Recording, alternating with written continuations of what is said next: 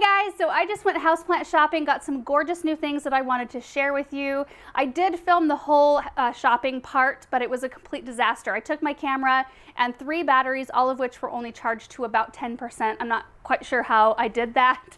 And then I started to film with my cell phone and it was just kind of a mess. So anyway, here I am in the gazebo set up to do some repotting. I've got all of my plants here, all of my supplies, and then I'm going to be showing you some of the areas where I'm putting this. But the whole goal of my shopping experience was to find plants that can withstand at the most watering once a week, and that's it, and lower light situations. And all of these are pretty easy to find, so I thought you guys might like to see these.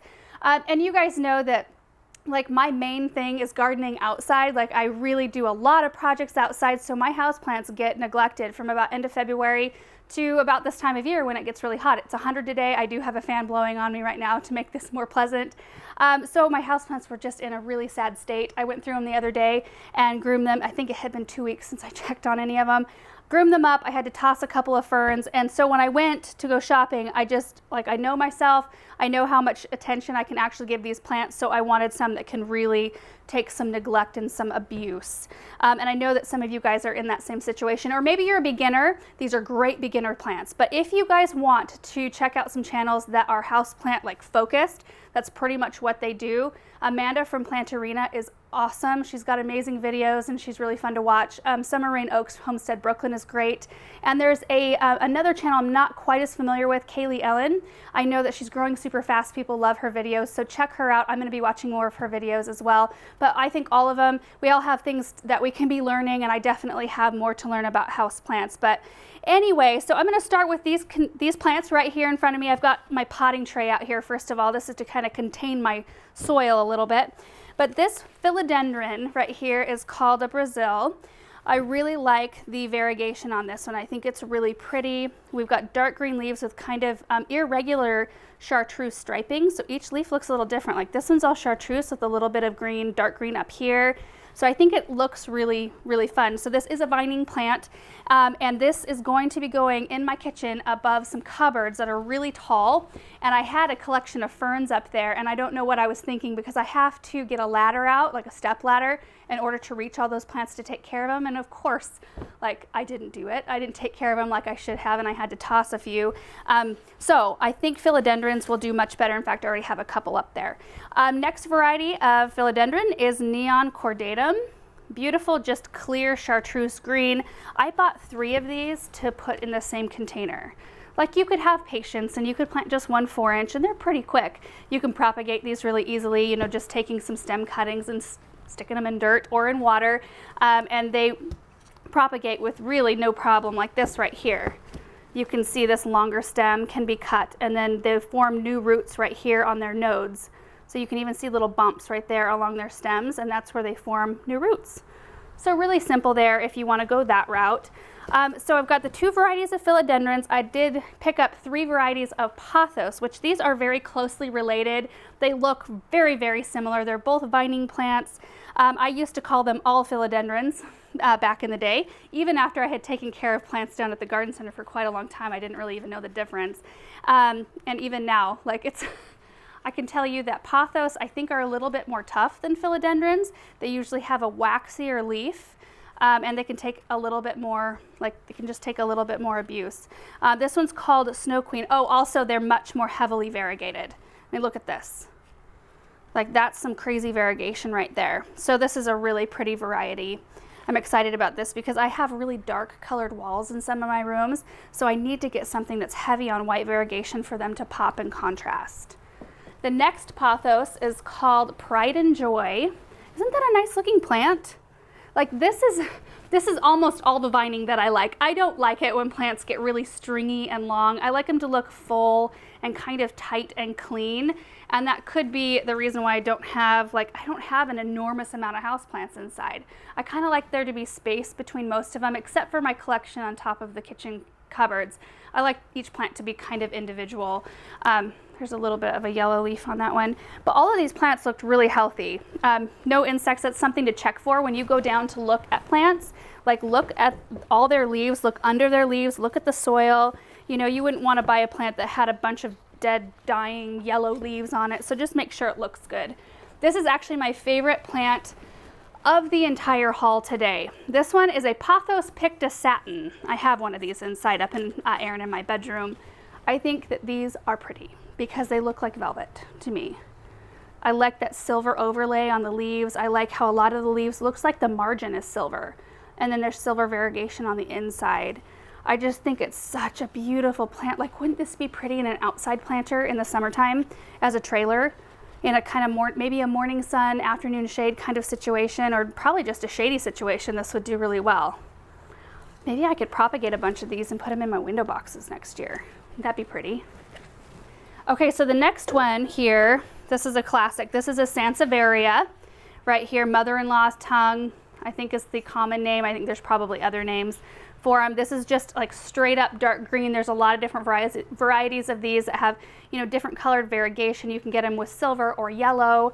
But I think that this one looks really cute. It was really just like kind of squat and really nicely shaped. These are one of the most tough plants that I take care of. They can thrive on super, super low light. In fact, most of them can handle areas with just artificial light.